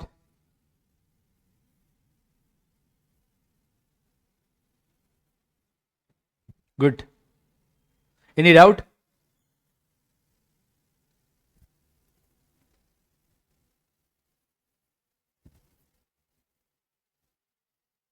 Yes, PNG. Okay. PNG earlier used to be, I believe it was HUF, but बीच में उन्होंने शेयर इश्यू किए, उन्होंने कंपनी कन्वर्ट कर लिया एंड PNG का शेयर भी अभी काफी ट्रेड कर रहा है मेरे ख्याल से 700 750 के रुपए पे, जो एक्चुअली इश्यू हुआ था आईपीओ में 27 रुपए पे या कुछ 30 रुपए के आसपास. So that is another update कि यस ये वैसे प्रॉफिट मेकिंग चीजें है बेटा, तो आप form of business organisation change कर सकते हैं. It is a matter of registration only. So that is the purpose basically. Any other doubt? चलिए आगे देखते हैं. Goodwill we have seen yesterday. If you remember, we defined intangible assets yesterday. And intangible assets are what? The assets which cannot be seen and touched are called as intangible assets. उसमें goodwill, patent, copyright और trademark. ये सारे assets कल हमने देखे थे. आगे चलते और आगे देखते हैं क्या है, क्या बाकी है हमारा. ओके, ये एक बाकी है. So here two things are given: trading concern and not for profit concern. उसके पहले ये सारा मैं यहां से रब कर देता हूं. So what is the trading concern? Trading concern का मतलब क्या है? जहां पे आप कुछ मैन्युफैक्चर नहीं करते, आप खुद का नहीं बना, rather you are just purchasing goods from somebody else. किसी से आपने 10 में खरीदा और आगे आपने लेके 12 रुपए में बेचा, तो आपको तो 2 रुपए का प्रॉफिट हुआ बैठे बिठाए. कुछ स्किल तो जरूर होता है ट्रेडिंग में भी, ऑब्वियसली. अगर आप मैन्युफैक्चरिंग भी नहीं करते तो ट्रेडिंग कंसर्न में क्या दिया है? A business concern established with an object of earning profit by selling goods is known as trading concern. It is also called as a commercial organisation और प्रॉफिट मेकिंग ऑर्गेनाइजेशन. फर्क ये है कि ये कुछ मैन्युफैक्चर नहीं करते, ये किसी और से खरीदते हैं और आगे किसी और को बेच देते हैं at higher price. So that is what trading concern. Not for profit concern तो आजकल सिर्फ एनजीओ बचे, नॉन गवर्नमेंटल ऑर्गेनाइजेशन जो चैरिटी करते हैं, बड़े बुरे टाइम में लोगों का जाके हेल्प करते हैं बिना किसी एक्सपेक्टेशन के. अब यहां पे जो एग्जांपल दिए आजकल तो ये कुछ बचा नहीं बेटा. Not profit. स्कूल तो सबसे ज्यादा प्रॉफिट कमाता है, हम सबको पता है. स्कूल की फीस आजकल 1 लाख रुपए, 1.5 लाख रुपए, 80,000 रुपए मिनिमम है ना. वैसे तो कॉलेज ही सस्ता है. आपका 11th-12th रादर ग्रांटेड में फीस बड़ा कम है, 1000 रुपए, 500 रुपए, 1,500 रुपए ऐसा फीस है ग्रांटेड कॉलेज में. बीएमसीसी, एसपी, गरवारे, यहाँ पे फीस बड़ी कम है. अगर आपको अच्छे परसेंटेज है यहाँ पे नंबर लग जाता है, और आप में से ज्यादातर लोगों का तो नंबर यही पे लगा है ना, पहले राउंड में, और कुछ लोगों का तो लग जाएगा सेकेंड थर्ड राउंड में. तो ऑब्वियसली यहाँ पे आपको फीस बड़ी कम है, तो आपको लगेगा कि ये कहां से नॉट फॉर प्रॉफिट कंसर्न हुए. क्या स्कूल तो भी, हॉस्पिटल भी नहीं है अनफॉर्चुनेटली. आजकल हम देखते हैं कि प्राइवेट हॉस्पिटल क्या करते हैं और किस तरह से पैसे कमाते हैं. कोरोना में तो हमने तो बहुत कुछ देखा, बहुत कुछ झेला है. एंड तीसरा स्पोर्ट्स क्लब. ये sports club to some extent can be non profit हो सकते हैं, but again question marks are there my dear. Non profit तो यूजुअली एनजीओज होते हैं जो चैरिटी के लिए करते हैं, जिनको कोई उससे कुछ नहीं चाहिए, मॉनिटरी बेनिफिट कुछ नहीं चाहिए, सोसाइटी का भला चाहिए. That is what expected there. चलिए, तो ट्रेडिंग कंसर्न और not for profit concern. Not for profit concern का सीधा साधा मतलब दिया है, it is an organisation not established for making profit but for rendering services to the society. जो सोसाइटी का भला चाहते हैं उनको हम क्या बुलाते हैं? Not for profit concern. और उसमें क्या है? एन ऑर्गेनाइजेशन में be formed for promoting useful object like art, science, sports, culture, charity and profession. और इसमें क्या आएगा? आज की डेट में तो नॉन गवर्नमेंटल ऑर्गेनाइजेशन, जिसको हम पॉपुलरली एनजीओ बुलाते हैं, है ना, तो ये यूजुअली आते हैं यहां पे.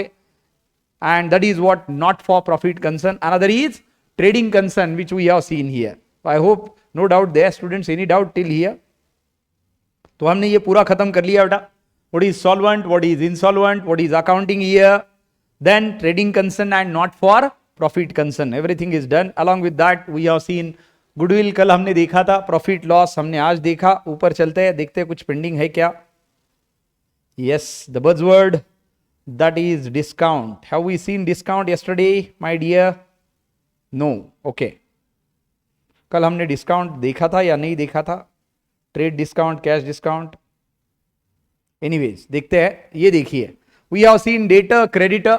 आज ही देखा हमने, creditor are nothing but the parties to whom business is liable to pay. और क्रेडिटर मैंने आपको 3 तरह के बताए बेटा, तो याद रखिए. Creditor for raw material purchased on credit. Next, creditor for loan taken, and next creditor for expenses due but not paid. तो क्रेडिटर के तीन चीजें जरूर लिख लीजिए, which we have seen. Number one, creditor for capital purchased on credit. Second, creditor for loan borrowed, and third, creditor for expenses due but not paid. Debtor का definition हमने देखा, the parties to whom business has sold goods on credit basis. ऐसी parties जिनको business ने goods कैसे बेचे, credit पे बेचे, और पैसा उनसे अभी भी आना बाकी है, तो उनको हम क्या बुलाते हैं स्टूडेंट्स? डेटर्स बुलाते हैं. आज हमने थोड़ा उसमें ऐड किया, that is debtors plus bills receivable. Debtors plus bills receivable is accounts receivable. ये हमने आज देखा. Yes, somebody is saying yes. बोलिए बेटा, कुछ डाउट है? Any doubt? You can just type in the chat box there. So debtors plus bills receivable आज हमने देखा, and debtor plus bills receivable is called as accounts receivable. No doubt? Very good. चलिए, so debtor and creditor is very clear. Another is the bad dates. Bad dates is what, my dear? Bad dates is nothing but the amount which is not recovered from the debtors. Customer ने दे तो लिया credit पे, लेकिन जब due date आया, पैसा पे करने का टाइम पे आया, तो वो पैसा पे नहीं कर रहा है और बोल रहा है कि बैड डेट्स मतलब अभी पैसा मैं नहीं दे सकता. नहीं दे सकता, क्यों नहीं दे सकता बाबा? हमने पूछा तो उसने बोला कि आई have become bankrupt, I have become insolvent. मतलब मेरे पास सिर्फ लायबिलिटी है और असेट नहीं है. मैं पैसा देना तो चाहता हूं लेकिन नहीं दे पा रहा हूं. क्यों? जैसे मान लीजिए आपने आपके कस्टमर को बेचा, 2 लाख के गुड्स बेचे आपने. कब बेचे? आपने बेचे मई 2024 में, और उसका पैसा आना था आपको 8 जुलाई 2024 को. मान लीजिए 2 महीने का क्रेडिट पीरियड है, तो आपने 8 मई को बेचा था, पैसा आना है 8 जुलाई को. आप कस्टमर को अप्रोच हुए और आपने उसको बोला कि पैसे दे दो 8 जुलाई को, लेकिन कस्टमर ने बोला कि मेरे पास पैसे तो नहीं है sir, I cannot give it. I cannot give it बोलने के बाद आपने बोला पैसा तो देना पड़ेगा, but then he said that I have become bankrupt, I have only liabilities and I don't have assets. मेरा दिवाला निकल चुका है, मेरे पास एक पैसा भी नहीं है देने के लिए. अब आपने तो उसको क्रेडिट पे बेच दिया, कस्टमर बड़ा अच्छा था, लेकिन आज की डेट में उसका दिवाला निकल चुका है, उसके पास देने के लिए 1 रुपया भी नहीं है. अब तो आपको बैड डेट्स बताने पड़ेंगे. Bad debts is what? Bad debts is nothing but the amount which is not recovered from the customer to whom goods has been sold on credit basis. आपने जिसको क्रेडिट पे बेचा था, पैसा आना था, ड्यू डेट पे आपने पैसा मांगा, लेकिन पैसे आए नहीं. क्यों नहीं आए? कस्टमर ने बोला आई have become bankrupt and I can not give a single rupee back now. आपके पास और कोई ऑप्शन नहीं है बैड डेट्स डिक्लेयर करने के बजाय. So an irrecoverable amount from a debtor is known as bad debts and it is a loss for the business. क्या रास्ता है बेटा? क्योंकि उसके पास देने के लिए पैसे है ही नहीं आपके. क्यों? क्योंकि आज की डेट में वो बैंकरप्ट हो चुका है, इंसॉल्वेंट हो चुका है, उसके पास सिर्फ और सिर्फ लायबिलिटी है, असेट है ही नहीं. So bad debts is nothing but the amount which is not recovered from a customer. जैसे मैंने आपको थोड़ी देर पहले बताया था कि बैंकरप्सी अगर डिक्लेयर करता है कोई भी, तो उसके पास सिर्फ लायबिलिटी है और असेट उसके पास नहीं है. तो अभी आपको तो लॉस ये बताना पड़ेगा आपके बिजनेस में. हो सकता है कल उसके पास पैसे आ जाए, और 2 महीने बाद, और 2-4 साल बाद, लेकिन वो फ्यूचर का किसने जाना है. आज की डेट में आपको पैसा कब आना था बेटा? 8 जुलाई 2024 को आपने फॉलोअप लिया. फॉलोअप लेने के बाद आपको पता चला कि पैसा रिकवर होने वाला नहीं है आज की डेट में. तो क्यों? क्योंकि कस्टमर बैंकरप्ट हो चुका है, उसके पास सिर्फ लायबिलिटी है, असेट तो है ही नहीं. तो आपको तो ये बैड डेट्स बताना पड़ेगा. Bad debts is nothing but the amount which is not recoverable from the debtor.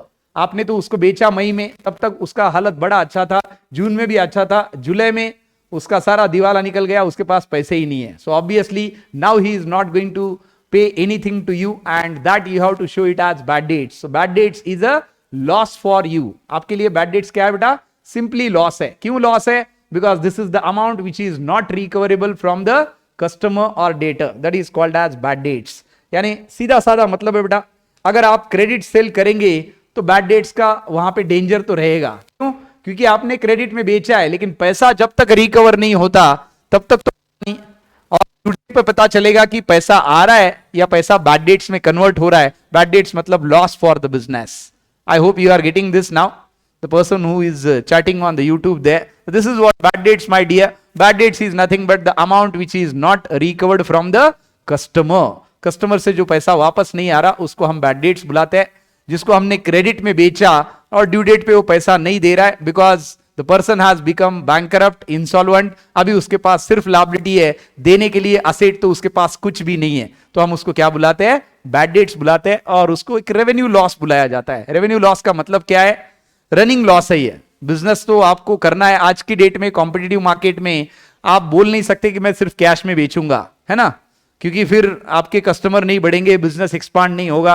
आपको रिस्क लेना पड़ेगा, क्रेडिट में बेचना पड़ेगा, लेकिन कैलकुलेटेड रिस्क, कस्टमर का रेपुटेशन वगैरह देख के आपको उसको क्रेडिट में बेचना पड़ेगा। लेकिन इतना सारा देखने के बाद भी कुछ ना कुछ लोग आपको डुबाएंगे और वो डुबाना नहीं चाहते, लेकिन आज की उनकी फाइनेंशियल कंडीशन ऐसी है कि उनके पास देने के लिए पैसा है ही नहीं, उनका दिवाला निकल चुका है, वो बैंकरप्ट हो चुके हैं, इंसॉल्वेंट हो चुके हैं।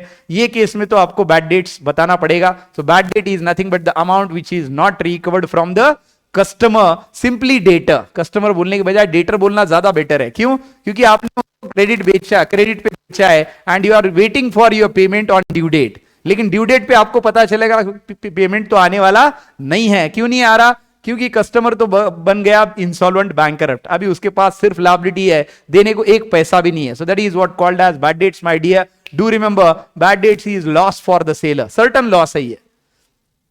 2 साल बाद देगा क्या? यस, हाँ। 5 साल बाद देगा क्या? ये तो आज नहीं देख सकते ना बेटा, ये तो जब वापस आएगा तब हम देखेंगे अकाउंट्स में बैड डेट्स रिकवर्ड बोल के। लेकिन आज तो बैड डेट्स बोल के, लॉस बोल के बताना पड़ेगा हमें, क्योंकि आज की डेट में तो हमारा लॉस है ही है। जब रिकवर होगा तब देखा जाएगा, बट आज की डेट में तो लॉस है। So I hope you are clear with debtor, creditor, bad debts. Next is capital and revenue expenditure. ये वैसे हमने देखा है बट थोड़े अलग फॉर्म में दिया है। What is the capital expenditure, what is revenue expenditure? The expenses which are incurred for creation और purchase of long term assets are called as capital expenditure, or the expenses which is done for creating such asset which is used for long time, जैसे कि land and building, plant and machinery, furniture and fixture और motor car. ये asset आप खरीदते हैं तो आपने ये शॉर्ट टर्म के लिए खरीदे बेटा या लॉन्ग टर्म के लिए? ऑब्वियसली आप land and building, plant and machinery, furniture and fixture ये खरीदेंगे लॉन्ग टर्म के लिए। तो ऑब्वियसली ये सारे असेट्स है और इसको जो आपने खरीदने के लिए एक्सपेंडिचर किया उसको क्या बुलाते हैं? Capital expenditure. देखिए, this expenditure is incurred to acquire fixed assets और to increase the value of fixed asset. It gives the benefit of for a longer period of time and it is non-recurring in nature. आपने सुना है business रोज plant and machinery खरीदता है, रोज land and building खरीदता है? Obviously नहीं, क्योंकि ये पैसा बहुत ज्यादा लगता है और इसको कैपिटल एक्सपेंडिचर बुलाया जाता है। कभी कभार किया जाता है ये, इसलिए ये नॉन रिकरिंग है। नॉन रिकरिंग का मतलब क्या बेटा? Not repetitive in nature. So capital expenditure is nothing but, in simple words, expenses which are incurred for purchase or acquisition of fixed assets or increasing the value of fixed assets is called as capital expenditure. For example, yes, purchase of land and building, plant and machinery, furniture and fixture, motor car. क्योंकि ये heavy expenditure है, रोज रोज नहीं करेगा business, recurring नहीं है, ये non recurring है। non recurring मतलब not repetitive. So that is capital expenditure my dear. Next, even purchase of laptops, computers is nothing but capital expenditure. Revenue expenditure देखते हैं। Revenue expenditure का मतलब क्या है? The expenses which are incurred for running day-to-day activities of the business. क्या expenses है? The expenses which are incurred for running day-to-day activities of the business is called as revenue expenditure. मतलब के बिना business चल ही नहीं सकता। अब ice cream manufacturing का एग्जांपल ले लेते हैं। आइसक्रीम मैन्युफैक्चर करना है तो क्या जरूरी है student? Yes, that is milk, sugar, different flavours and you can से अलग अलग ये जो जो भी चीजें लगने वाली, इसेंस वगैरह लगने, आपको ये सारा लगेगा एंड उससे आइसक्रीम बनाया जाएगा। तो ये सारी चीजें जरूरी है, इसके बिना तो आइसक्रीम बनने वाली नहीं है। तो इसको रेवेन्यू एक्सपेंडिचर बुलाते हैं बेटा। अब जो रेफ्रिजरेटर आप आइसक्रीम स्टोर करने के लिए यूज करते हैं उसको आप कैपिटल एक्सपेंडिचर बुलाएंगे। इलेक्ट्रिसिटी का बिल जो पे करेंगे वो आप बुलाएंगे रेवेन्यू एक्सपेंडिचर, क्योंकि इलेक्ट्रिसिटी बिल हर महीने आएगा, है ना। तो दैट इज रेवेन्यू एक्सपेंडिचर। आप शुगर खरीदेंगे, मिल्क खरीदना पड़ेगा बार बार, क्योंकि मिल्क तो पेरिशेबल प्रोडक्ट है, एक बार खरीद के नहीं बैठ सकते, बार बार खरीदना पड़ेगा। आइसक्रीम बनानी है तो ऑब्वियसली बार बार खरीदना पड़ेगा। So purchase of milk, sugar, different flavours, essence is a revenue expenditure. इसके बिना बिजनेस चलेगा नहीं। Payment of wages, payment of salaries, advertising expenses and all such expenses which are recurring in nature is called as revenue expenditure. Recurring मतलब repetitive, बार बार करना ही पड़ेगा बेटा. Raw material खरीदना पड़ेगा, वेजेस पे करने पड़ेंगे जो लोगों को आपने एम्प्लॉय किया है बिजनेस में. अलॉन्ग विद दैट इलेक्ट्रिसिटी का बिल भरना पड़ेगा. अगर आपका प्रीमाइसेस रेंटेड है, जहां पे आप आइसक्रीम बनाते हो, मैन्युफैक्चर करते हो, उसका रेंट देना पड़ेगा हर महीने, तो ये रिकरिंग एक्सपेंडिचर हुआ. लेकिन जो रेफ्रिजरेटर आप खरीदा है आपने आइसक्रीम प्रिजर्व करने के लिए, that is a capital expenditure. Why? Because it is long term expenditure and you are incurring it for preserving your ice cream for a longer period of time, say 5 years 10 years down the line, जितनी उसकी life है वो particular asset की. तो that is capital expenditure. उसको हम क्या बुलाते हैं बेटा? Capital expenditure. याद रखिए कैपिटल एक्सपेंडिचर नॉन रिकरिंग है. रेवेन्यू एक्सपेंडिचर आप देख सकते हैं वो रिकरिंग है. रिकरिंग मतलब रिपीटेटिव है. क्यों? क्योंकि बिना रॉ मटेरियल खरीदे तो बिजनेस हो ही नहीं सकता, है ना. रेवेन्यू एक्सपेंडिचर पढ़ लीजिए क्या दिया है. Revenue expenditure is an expenditure from which no future benefit is expected but having immediate or short term benefit may be less than 1 year. Along with that, it doesn't increase profit earning capacity of the organization. These are normal day to day operating expenses of an business organization and obviously वो कहां पे बताए जाते हैं trading और P&L के, वो तो आना बाकी है. तो इसको क्या बुलाते हैं बेटा? Revenue expenditure. रेवेन्यू का मतलब क्या है? without which business cannot run. The expenses without which business cannot run smoothly are called as revenue expenses. For example, purchase of raw material, payment of salaries, wages, rent, commission, advertising, insurance, etc. Or capital expenditure के example, purchase of land and building, plant and machinery, furniture and fixture. So all these are nothing but the capital expenditure. And capital expenditure is non-recurring in nature. Revenue expenditure is recurring in nature. Non-recurring मतलब you can say not repetitive and recurring मतलब repetitive. तीसरा बड़ा interesting है जो आप देख सकते हैं, डेफर्ड रेवेन्यू एक्सपेंडिचर. यहां पे एग्जांपल है हेवी एक्सपेंडिचर ऑन एडवर्टाइजिंग और हेवी लीगल एक्सपेंसेस. उल्टा जाते हैं. एग्जांपल से इसको समझना आसान है बेटा. डेफर्ड रेवेन्यू एक्सपेंडिचर का मतलब क्या है? डेफर्ड रेवेन्यू एक्सपेंडिचर का मतलब अब मशीनरी आपने खरीदी, प्लांट एंड मशीनरी खरीदी, लैंड एंड बिल्डिंग खरीदी. ऑब्वियसली आपने एक बार खरीदी और उसको 10 साल यूज कर रहे, 15 साल यूज कर रहे, बराबर है बेटा. ये क्या हुआ? Capital expenditure. आपने रॉ मटेरियल खरीदा, आपने वेजेस पे किया, आपने इलेक्ट्रिसिटी का बिल पे किया. कितने टाइम के लिए हुआ ये? Raw material for that particular product जब बनाते हैं तब, वेजेस 1 महीने का, सैलरीज 1 महीने का, एडवर्टाइजिंग वो पर्टिकुलर सीजन का, रेंट 1 महीने का. मतलब इसका पीरियड डिफाइंड है. जबकि land and building, plant and machinery का आपको बेनिफिट सालों साल होगा, खरीदा एक ही बार. अब ये तीसरा इंटरेस्टिंग है, deferred revenue expenditure. Deferred revenue expenditure में एग्जांपल क्या है? एडवर्टाइजिंग. अब हमें पता है सचिन तेंदुलकर, रोहित शर्मा, विराट कोहली, है ना, these people are endorsing a brand. ये ब्रांड एंडोर्स करते हैं, ऐड करते हैं बहुत सारे प्रोडक्ट का. तो एडवर्टाइजिंग जब ये करते हैं तो इनको तो पैसा एक साथ दिया जाता है. तो एक साथ पैसा दे दिया तो ऐड तो एक साथ बताएंगे नहीं ना. ऐड तो रोज आएगा, 1 साल आएगा, 2 साल आएगा, जितना कॉन्ट्रैक्ट हमारे और उनके बीच में हुआ है. जब तक ऐड बताएंगे तब तक उसका बेनिफिट मिलेगा, हाँ या ना? यस. लेकिन पैसे कब पे किए?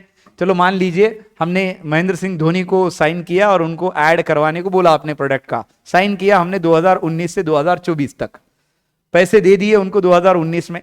अब ऐड एक ही बार करेंगे क्या? वो ऐड तो रोज आएगा ना. हाँ, अलग अलग ऐड शूट करेंगे अपन, चेंज करेंगे, ऐड में चेंजेस करेंगे, ये तो अपने पे रहा. वो आएंगे, ऐड शूट करेंगे, पैसा तो उनको चला गया, एक साथ पैसा गया. लेकिन बेनिफिट एक साथ मिल रहा है क्या? नहीं. बेनिफिट इसका अभी भी मिलेगा, जब तक ऐड चला है तब तक मिलेगा. लेकिन हमने तो शुरुआत में ही पैसा पे कर दिया. ऐड 5 साल के लिए कॉन्ट्रैक्ट है तो हमने पैसा शुरुआत में पे किया, तो हर 1 साल का बेनिफिट 1 साल में हम बताएंगे, अगले साल का अगले साल में बताएंगे, क्योंकि अकाउंटिंग हमें करनी है ईयर वाइज. इसीलिए इसको क्या बुलाते हैं? Deferred revenue expenditure. और यहां पे एग्जांपल दिया बेटा, हेवी एक्सपेंडिचर ऑन एडवर्टाइजिंग. हमने मान लीजिए धोनी को दिए 25 करोड़ 5 साल के, तो पहले साल में कितना हम उसका बताएंगे एक्सपेंडिचर? 5 करोड़. पे तो कर दिए शुरुआत में, लेकिन बताना पड़ेगा every year as an expenditure, because benefits are not exhausted और completed within 1 year. Benefits are extended more than 1 year. तो उसको हम क्या बुलाएंगे? उसको हम बुलाएंगे deferred revenue expenditure. This is what for today. आज हमने क्या क्या देखा बेटा? शुरुआत से सबसे पहले हमने लायबिलिटी देखा, लायबिलिटी के टाइप्स देखे. उसके बाद हमने देखा the term profit, loss, income and other income, that is revenue from core operation. Ice cream का एग्जांपल हमने वहां पे देखा। उसी के साथ हमने देखा various forms of business organisation, sole trading concern, partnership form, joint stock companies, Hindu undivided family and cooperative forms. ये पांचों हमने देखे। उसी के साथ हमने आज क्या देखा, parties interested in a business. तो उसमें हमने देखा ओनर्स और share holders is the first party, second is creditors, third is employees, competitors, common customers or common people, along with that research analyst, and these are the people absolutely potential investor as well। ये सारे लोग हैं जो आपके business में interested है और जानना चाहते हैं कि आपके बिजनेस में प्रॉफिट हो रहा है या लॉस हो रहा है। तो ये डिफरेंट इंटरेस्टेड पार्टीज देखा। उसी के साथ हमने नॉट फॉर प्रॉफिट कंसर्न और along with that trading concern, इसके दो डेफिनेशन देखे। और उसके साथ हमने अभी देखा that what is meant by debtor, creditor, bad debts, ये पूरा देखा। क्रेडिटर के टाइप्स देखे हमने।